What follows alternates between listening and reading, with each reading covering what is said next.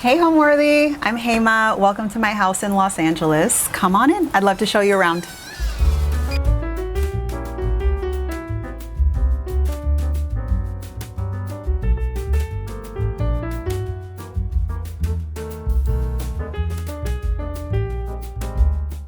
You're watching Homeworthy, where we believe every home has a story.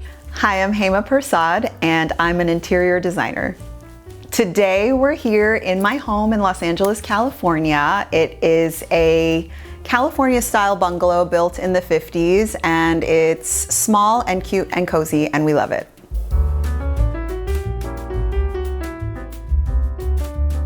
Welcome to my living room. This is the first room you see when you walk in the house, and the vibe in here is very cozy and collected. I go to the Rose Bowl flea market a lot and I travel a lot. So around the living room, you'll see a lot of things that I've picked up from different places, and maybe it doesn't make sense, but it makes sense to me. So here's kind of where all the TV watching and all the magic happens.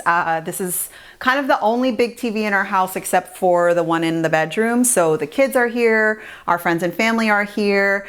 I kind of went with like a very eclectic seating arrangement. I'm not a big fan of matchy furniture. So all of these have kind of been gathered at different times. The rug is a vintage find from the Rose Bowl. I think it's like 50 years old, from Pakistan. And I just like the colors. I felt like it was dark so that when my 4-year-old drops her chips and cereal on it, you might not see it like right away.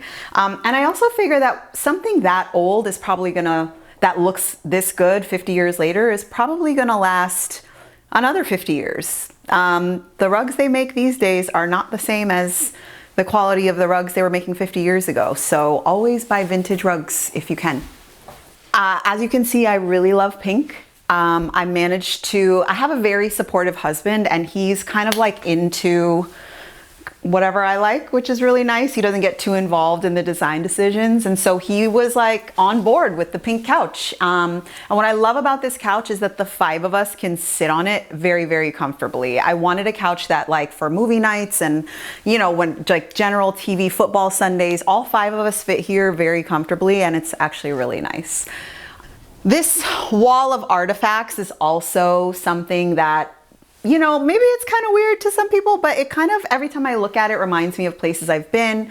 So some of these are from Mexico, some are from Mexico City, some things from India. Some of them I've collected from one of my sellers at the Rose Bowl flea market. So it's kind of like an eclectic arrangement of things that tell a story, I think. This is like one of the incense holders that we use in some of our prayer ceremonies. And so I just kind of thought, hey, instead of artwork, it might be nice to kind of display some artifacts that otherwise might be just sitting in a closet or on a counter somewhere. So that's kind of the idea. You can take anything, literally anything, and hang it on a wall as artwork. I'm a big plant person. So throughout the house, you're gonna see evidence of my plant motherhood. This tree has been with me for 2 years. It started really short. It's a dragon tree, and they're kind of notorious for growing really slowly. And also having these like cool curving branches. They're a little tricky to take care of, but I think the look is like very sculptural and cool and kind of adds to that like international flair that we have going on. One thing I do want to point out is that because of the phase of life we're in with like young kids and like there's teenagers in and out of here and everybody's eating and drinking everywhere, is that for my throw pillows, I kind of always go with like outdoor throw pillows, even if we're inside. They're very hard wearing, very durable. I can wash them. These I got from our house, and they kind of add to like this moody international vibe that I have going on in here. But guess what? If somebody spills milk or tea or coffee, all of which has happened before, they clean up really, really well. So hot tip, parents, outdoor cushions indoors is the way to go. We recently got a Samsung Frame TV, and without being too like MTV Cribs about it, I love it. I'm obsessed with it. I'm a big art person, and I love the idea that I can download like cool paintings and just have them on display all the time, because guess what? None of us like to have an ugly TV up on the wall. Any kind of frame, TV, artwork, highly recommended. I kind of love it. I did something kind of controversial when we first moved into this house. It was a builder grade house, which means that everything had been done by a flipper. So we had lots of recessed lighting and everything was white and kind of boring. So the first thing I did was remove all the recessed lighting and put up these kind of monopoint lights together with this Serge Moody chandelier. And it's on a dimmer and it just kind of creates like, number one, it adds a little bit of mid-century style into this space, but number two, it kind of allows me to manipulate the lighting a little better than just like recessed lighting. I like the sculptural nature of it, and it kind of, like, there's nothing mid-century about this house, so sometimes I think putting something in that doesn't make sense makes things more interesting. But yeah, it's been very controversial with our friends in terms of people who come over here and they're like, well, my parents too, they were like, where's all your recessed lighting? Like, I don't like the big lights. I don't like the recessed lighting. Just get rid of it. I'm over it. The coffee table was actually a Pottery Barn find, and I love it because it's not too huge, not too overpowering. And guess what? It swivels. So there's all these like compartments. This is the nice one, so I styled this. But we can store things in here. Like I have my candles in here, my extra backup candles. There's some workout equipment in here that I'm not going to show you, but like basically the sides of the coffee table, they kind of like swivel all the way around, and there's these little compartments and you can just hide things in them. Because again, when people are coming over, I just need to like shove kids stuff away. So I loved that about the coffee table. Moving over here to my little shelfie arrangement. These are just IKEA shelves, super cheap, super easy. When we moved in, this was like kind of like a nothing space. I actually think there used to be like a weird fireplace here, and the flippers who flipped this house kind of got rid of it. So I didn't want it to be empty. And I love to collect things, as I've said a million times. And also as an interior designer, you often find yourself left with like vases and styling items that you kind of can't return after a certain amount of days. So I do find myself, kind of left with additional objects. And I thought, why not display them? Because they're beautiful. So we also love books in this house. I did kind of clean this up for you guys. But normally there's more books and stuff here. It's kind of like my little moving art wall. I rearrange it every few months. This art piece I got at the other art fair. It's 3 girls with some balloons. I'm one of 3 girls, and I also have 3 girls, so I thought it was like really kind of cute and symbolic. So yeah, I just kind of rotate things in and out of here. Sometimes there's plants on here. I like highly encourage people to have a shelf and play with it and move things around. It really does something to refresh the energy of your home when you make these like tiny changes every now and again. You don't want things to be stagnant. So yeah, that's my little shelf wall, my moving artwork shelf wall. So over here, this beautiful credenza I sourced from one of my vendors here in LA who imports things from India and Indonesia. It is a kind of a one of a kind. You can still see like where somebody stripped the paint off of it, and it's just so huge and beautiful and imposing. It doesn't store a thing. So I wouldn't call it like the most functional. There's no hidden storage here. It's literally like the real deal. But it is nice when you walk in the house to have, number one, a vignette, number two, someplace to drop your stuff. A lot of mail ends up here. When we're walking out the door, I like check myself in this mirror. The girls do too now that they're older. And it's another place to kind of display some of the things that I collect and books. By the way, I read all my coffee table books. They're not just for decoration. So I've read the Vogue music, I've read Bazaar Models. Like I think that a lot of inspiration can be gleaned from pretty pictures. Maybe I'm just still a little kid. I don't know, but I love to look through them for inspiration for our projects. And just when I'm feeling like I need to decompress, I'll just pick up one of these books and flip through it. The inspiration behind choosing this home came from the fact that I was pregnant with our 3rd child. At the time, it was 2019 pre-pandemic, and we were living in this really cool condo kind of in the West Hollywood area. And it was time. We had outgrown it. We already have 2 older girls and we just needed more space. We needed a yard. We wanted a family neighborhood that the girls could grow up in and go to school in. We kind of wanted our own little homey town kind of situation in Los Angeles, which is hard to find. So we settled on Burbank when we found this house, and it's been great. My personal design style is warm, global, eclectic, and always very rich and inviting. So the living room leads right into the kitchen behind me, so come on in.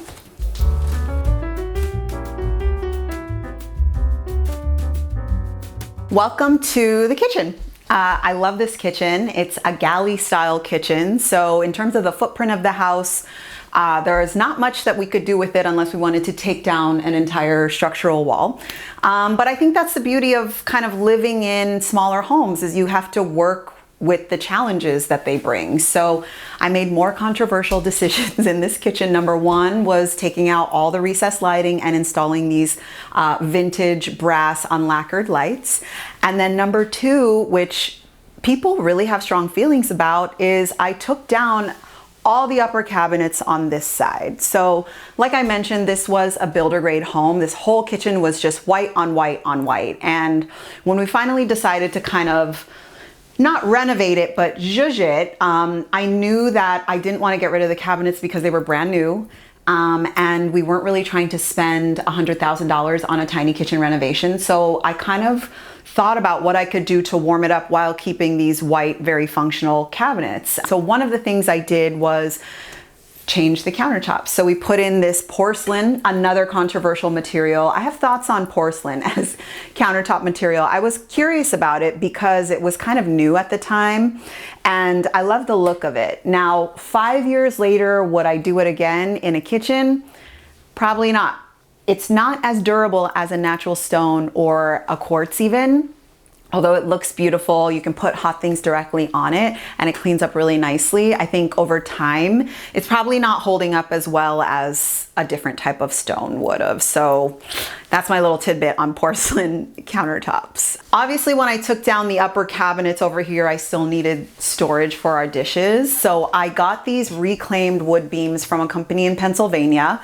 They salvage old barns and they make fireplace mantles and shelves out of them, and I kind of wanted to add more of like a rustic feel here. So these are just from a barn somewhere. They're 100 years old. You can see the holes here from where they were screwed into something before. And I think they just add this like nice texture. And by the way, all these dishes are the dishes that we use every day. Nothing here is for display only. So you can see my bowls have some chips and, you know, we're missing one mug because it broke. But I think that's the beauty of having open shelving is, number 1, you got to have cute dishes. Number 2, you got to use it every day. You don't want your stuff up here just collecting dust for no reason. And so the kids can reach. Sometimes the arrangement of things changes depending on who's putting the dishes away from the dishwasher. But I think it's, again, like a really beautiful way to create, you know, a little bit of change here and there in your house and keep the energy fresh. On this side, you can see that I decided, you know, I could have gone 2 ways with respect to the hood. We did this Zalige backsplash tile, and at one point I did consider doing it up here on the hood too, but in the end I decided to do the matching stone just for like more contrast. So that was the decision-making process behind, you know, stone versus tile on the hood. Over here is our bar. My husband works in the wine and spirits industry, and so in every house that we've ever lived in, we've always kind of had a dedicated bar area or 2.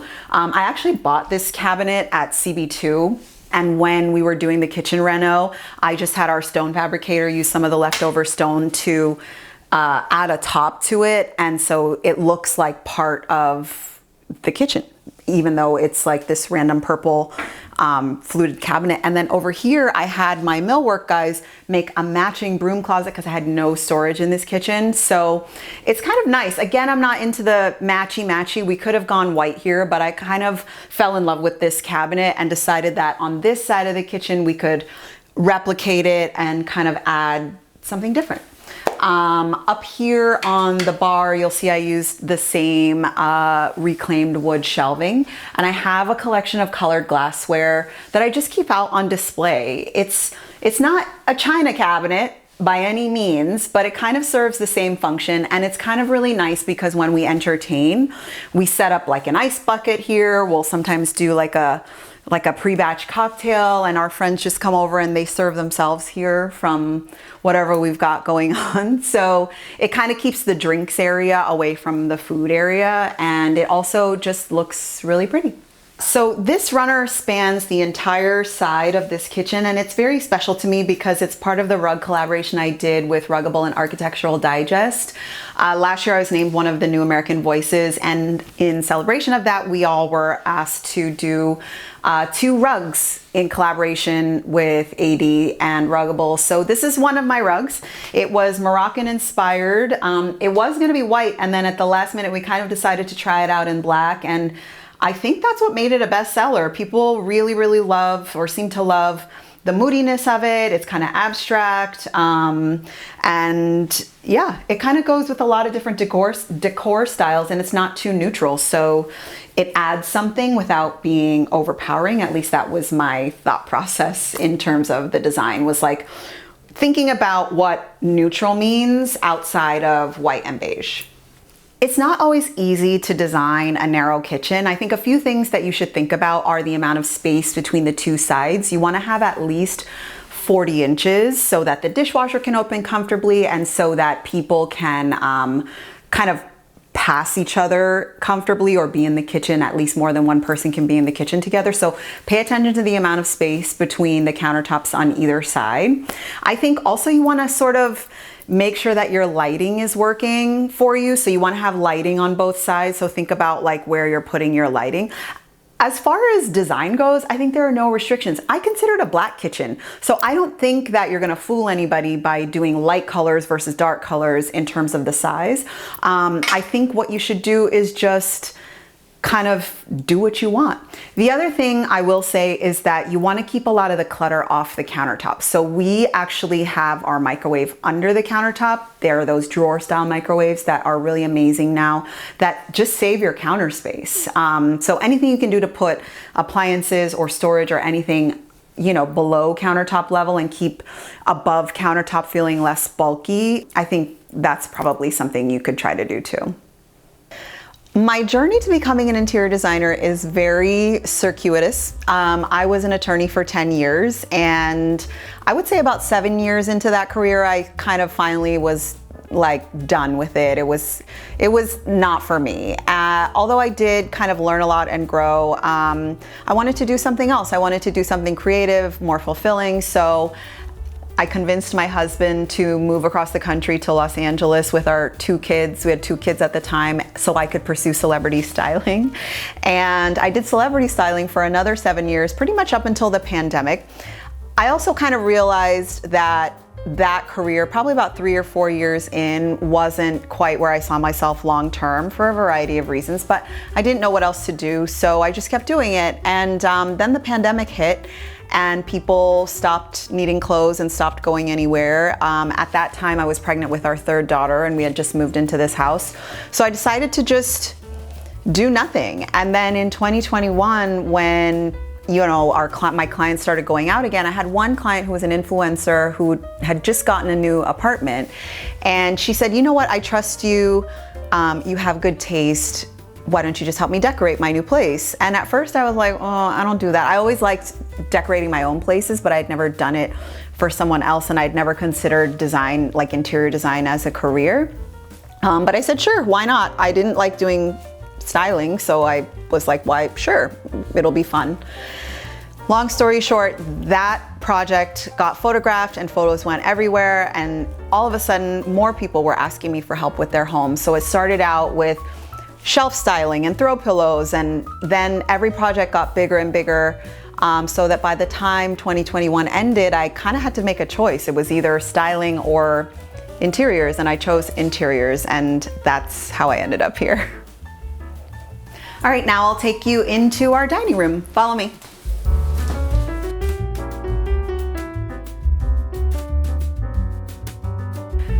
So this is the dining room. I love that when you come in the front door, you can kind of see it off in the distance through this archway. I love a formal dining room. I'm not a big fan of open plans where everything is kind of in one room. So we use this dining table every day. Because of the size of our house, there's really no rooms that don't get used. And so it's been really awesome to just sit at the table and have dinner with our kids and just use it. It is black. As my kids like to say, like, we're out of walls in the house to paint black. But I just love the idea of this room being moody and kind of sexy and inviting. And, you know, at night when there's candlelight and ambient lighting, it's really warm and it's so nice. So I did have to add a couple of skylights here because when we did the renovation, we closed up this wall behind me that you see the artwork on. And so it did feel a little bit dark. So we did add a couple of Velux sun tunnels here so that, you know, during the day we could get some natural light in here, because sometimes I do sit here and work also. So we added the archway leading in, and we also added the skylights and closed up that wall. So actually the dining room was a sizable shift in terms of the renovation. We definitely made some changes to make it work for our family. Here we have like my main art wall. All of this is either signed prints or original artwork that I've collected over the years. There's really no rhyme or reason to how I collect artwork. It's really just how I feel. And my husband helped me do this gallery wall here. I think it's nice to have one gallery wall in your house. I don't think anybody wants to feel like they're living in an art gallery, but I think one gallery wall of artwork that makes you feel good is important. Here we've got our walnut wood, again, kind of mid-century style dining table from Sunday's Company. It's a little narrower than your average dining table because I wanted to make sure everybody could like easily walk around. It's a very simple wood. It's beautiful and the chairs are nice and wide, so it's really comfortable. Back here, we've got this huge diptych that I found at the Rose Bowl by an artist in Palm Springs. He actually does ceramic work, so it's very rare that he does paintings, but this painting, if you look at it up close, it's so precise. There's so much going on. I feel like I could stand here and look at it for 2 hours and not really fully comprehend what is going on. So I love it. I think it makes a statement on this back wall in this black room, and I tend to prefer larger artworks over smaller. I just think if you are decorating your own home, always go with the bigger artwork. It will look more expensive, it will look more designer, and you know, in terms of artwork, like bigger is better, always. That's my little hot tip on sourcing artwork. This credenza, I've had it for 14 years. Maybe not 14, I would say at least 10 years. I found it on Craigslist, and we repainted it. It used to be white and changed the knobs. It was my daughter's changing table. She's about to be 12. So I guess it's 12 years old. And it's moved with us everywhere across the country since then. And somehow it kind of works here. I mean, maybe we'll repaint it again. I don't know, but it is a solid wood, antique. And I just love that I used to change her diaper right here. And now it's still with us in this house as she's about to celebrate her 12th birthday. This mirror was the first expensive thing I ever bought. So I became an attorney past the bar in 2008 and immediately went and bought a car and bought some grown-up furniture. And this was one of those things. And what an amazing find, because again, this is something that has moved with us everywhere. I love a big mirror. I love the sides. I've contemplated repainting this as well, but I just can't like bring myself to do it. I think I bought it at like, I don't even know, like Living Spaces or something like that. And I think it was, you know, at that time I was 25, it was like $1,000, which is a lot to spend on a big mirror. And I just love it.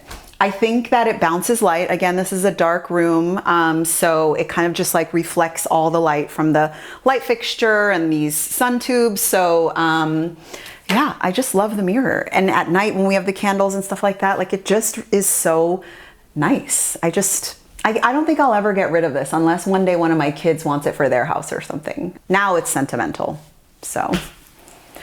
Moving on to the rug, this is rug number 2 for the collection that I did with Ruggable. Again, we kind of kept it in that Moroccan sort of world, Berber style in terms of the design, but I wanted something that maybe was a little bit more neutral. And I don't always recommend having a rug in a dining area, but Ruggables are great, obviously, because they clean up really nicely, you can wash them, etc.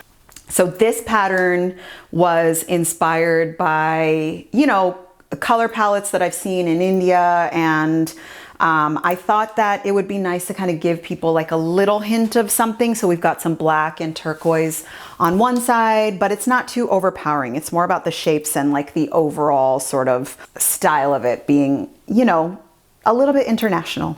So yeah, I obviously genuinely love it because it's here on display in my house. I think that's my goal in life, is to kind of only put things out in the world that I would want to consume for myself. Over here we've got this light fixture. I think I got it from Polly and Bark. It's been up here basically since we moved in, so over 5 years. It adds a ton of light to the space. It might be time for a new look, I don't know, but I love the sculptural nature of it. I've hung it kind of low here, just to kind of provide more light on the dining table. I didn't want it to be too high up and close to the ceiling. I wanted it to sort of add shape and also illuminate the table. And I like that it's long. It kind of moves around all day long. So again, I like an ever evolving house. And so anything that kind of changes its look here and there, I'm here for. So yeah, I don't know how much longer I'll keep it, but for now, it's here and it's worked with all the iterations of design that I've done in this dining room. So over here in this corner, I just needed more storage. That's really what this is about. So these are 2 IKEA Billy bookcases. I'm sure everyone has some version of a Billy bookcase in their house, and we painted them black because at the time I bought these, they didn't come in black. Now they do. And I wallpapered the back of them with this like peel and stick wallpaper just to add some color. Here are my little plant babies. Like I said, I'm a big plant mom, so you'll see plants everywhere. And it's really extra storage for all my tchotchkes. Again, we use all this stuff. We use the bowls, we use the plates, we use the candlesticks. There's really no styling happening here. It's just more storage than anything else. But I think it works because, as you can see, most of the dishes and stuff like that, they're all in the same color palette. So I think you don't need to overthink styling and, you know, display if things are generally in the same color palette. So if you're not too sure how to style your shelves, I would say start with a color palette of like 1 or 2 colors. Here we've got a lot of white and terracotta. This I picked up in Mexico, so that's like a moment there, but everything else is kind of in the same color world, and I think that's probably why it works. It does evolve a lot because we use things and put them back, but yeah, I think that, you know, kind of goes with the whole collected vibe of the house, and it kind of adds something functional and fun to look at in this otherwise empty corner. The advice I'd give somebody who wants to kind of transition into interior design is to learn, like take some classes, get some technical knowledge. The reason that it worked for me, I think, and, you know, kind of ballooned so quickly is because I had two previous careers that coincidentally lend themselves to being a good interior designer. From being an attorney, I learned how to run a business and do contracts and serve clients. And from being a stylist with celebrities, I also learned how to serve high-end clients, but also how to create and convey creative images and concepts. I think if I didn't have those, you know, collectively 15 years of those 2 careers, I don't think I would have found success as quickly. So I definitely think interior design is an amazing career, but you do have to have some form of, you know, training and education on how to run a business, how to serve clients. And if you have time and money, you should definitely get some technical skills. I didn't know how to draw, I still don't, but I had the business wherewithal to know that I needed to hire somebody who could right away. My favorite home design tip is to design around the natural light. It's kind of something that you can't fight in any house. It kind of is what it is unless you're gonna start busting out walls and adding windows, which you can do. But if that's not an option, you kind of have to go with what the natural light is doing.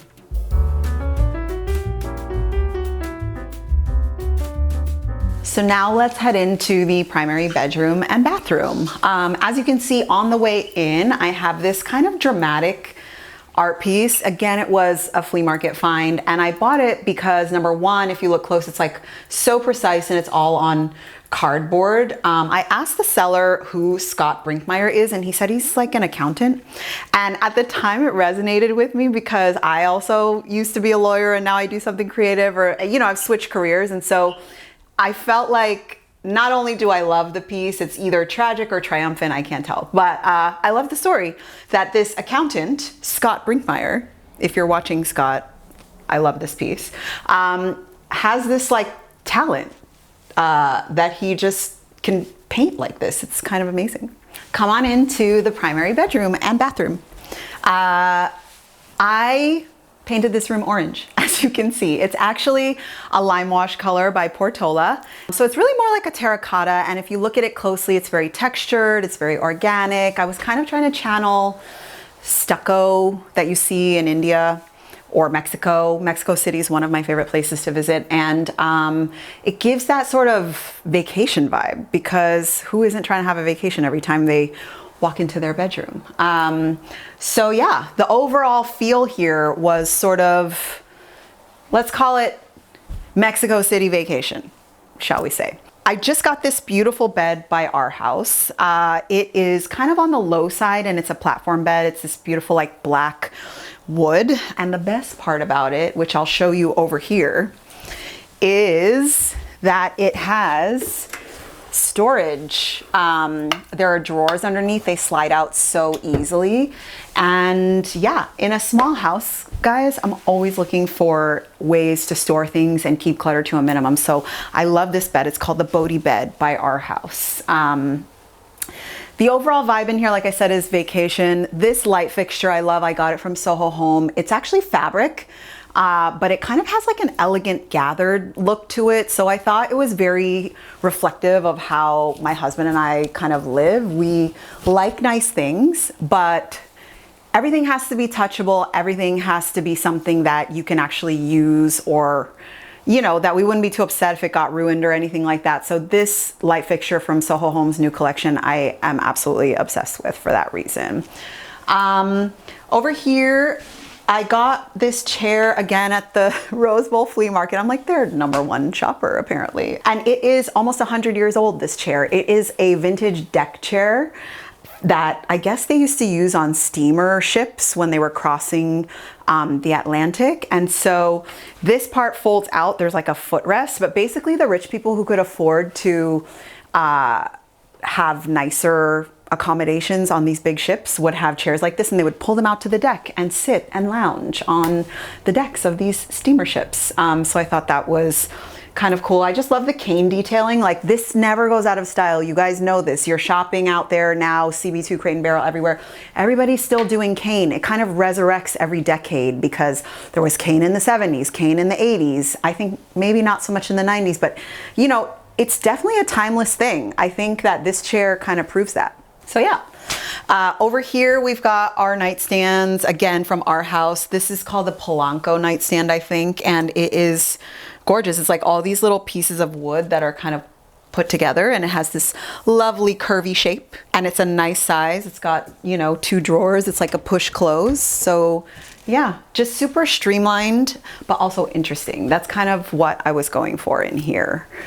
Over here, I've got this vintage art piece that I found at Decor Pasadena, which is another place in town that I like to get a lot of things from. They import a lot of things from all over the world.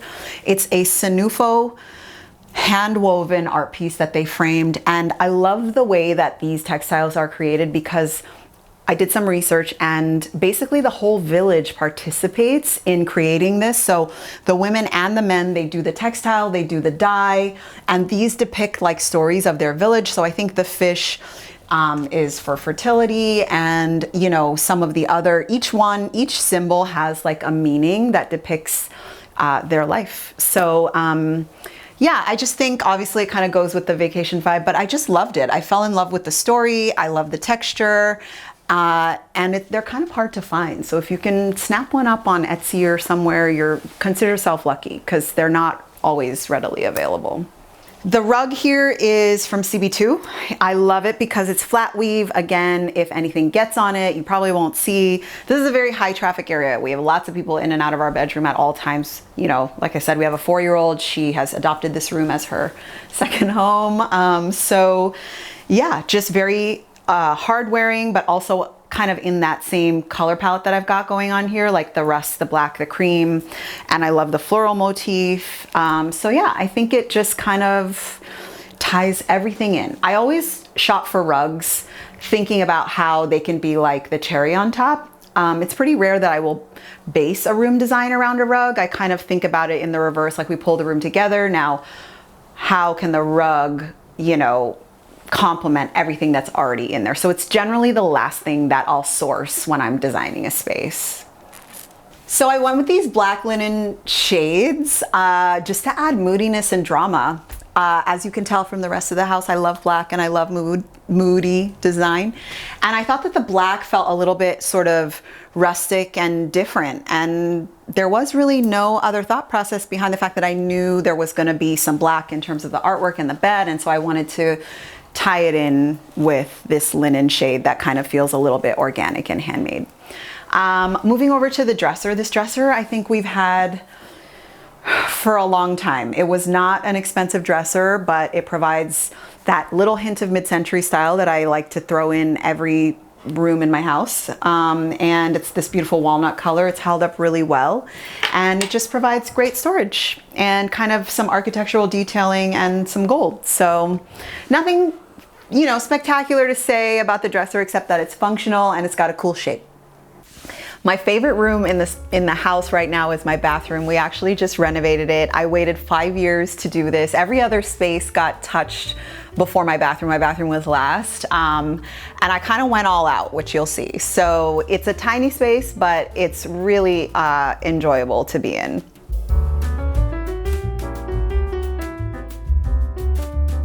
So now I'll take you into my favorite space, my tiny little Dreamy primary bathroom that I just redid. Of course, we had to do lime wash in here too, again from Portola, just to give that kind of texture.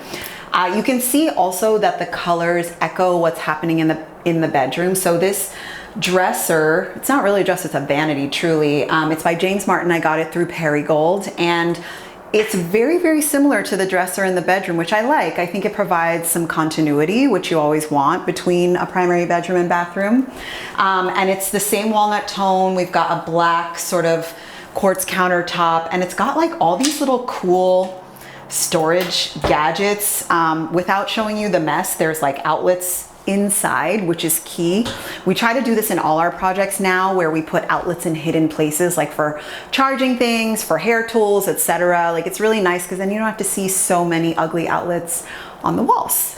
I did these gorgeous fixtures here by Brizo. What I love about Brizo is that they have this finish called Luxe Brilliance Gold, I think it's called, and it's not like a yellow gold. It's very faded and aged, and it kind of went with what we were doing in the bedroom. And it's got these like black jewel handles. They literally look like crystals. They're so stunning and I love them.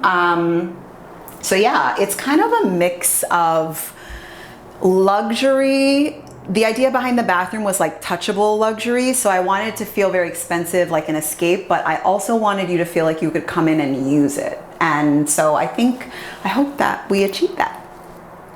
The best part to me about the bathroom is this Zalige tile. I got it from Bedrosians.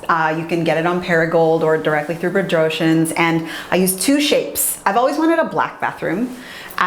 So I used the subway shape and the little 2x2 square shape, same material, just different sizes of the tile. And on the floor, we did a chevron pattern. And in the shower on the floor, we continued that pattern. And on our walls, we did this like little mosaic. It feels so glam and rustic at the same time because you've got the shine from the black tile, but you see all these like little imperfect edges. By far the biggest transformation in this bathroom though was the Velux skylight. I, on vacation, love staying at hotels and places where you can shower outside. So when I was designing this bathroom, I was like, how can I recreate this experience for myself every day? So we put a skylight in the shower, and when the guy was installing it, he was like, why aren't you worried that someone's gonna see you? And I was like, no, if a bird sees me, if a plane sees me, it's fine. Nothing they probably haven't seen before. So what I love about this one is that it's solar powered. You just push a button and it opens. And you feel like you're showering outside, but you're inside, so no bugs. And it just provides like so much fresh air. Like, what more could you want? It's like the most lovely, luxurious shower experience. All the steam goes out. Like, it's just so nice. Really has improved the quality of my life. I'll tell you that. As far as the fixtures go, we again went with Brizo. Gotta have a hand shower, gotta have multiple levers, multiple options. We've got like 10 settings on the shower head. Again, like Brizo just really gets it when it comes to bathroom fixtures. You need lots of options. When I was renovating the bathroom too, it never had a shower bench, which I think is a necessity because like, how can you shave your legs without somewhere to prop your leg up? It was complicated for a while there. So we added in the bench, we added in some shower niches. I love the way the sunlight hits the tile. You can see, I actually didn't notice this until I started showering in here, but some of these tiles are blue, so you can like see it here. It just kind of adds to like the handmade sort of feel of things. I know that this would really probably bother some people, but I was so excited by it when I discovered that. I thought it was so cool. I love anything with Astorian's, the liege tile, because it's handmade. You know, it just makes you think of like the person or the people who physically spent the time to make this tile. It's kind of amazing. It's kind of like, it just feels so special. I don't know. So anyway, yeah, that's my shower. Favorite place to be in the house. Home for me is wherever my husband and my kids are. We've lived in a few different places, big, small, cozy, you know, doesn't matter as long as we're together with our friends and family. So I've tried really hard to create a home where people feel welcome when they come here and where my kids feel like when they grow up one day, they want to come back to.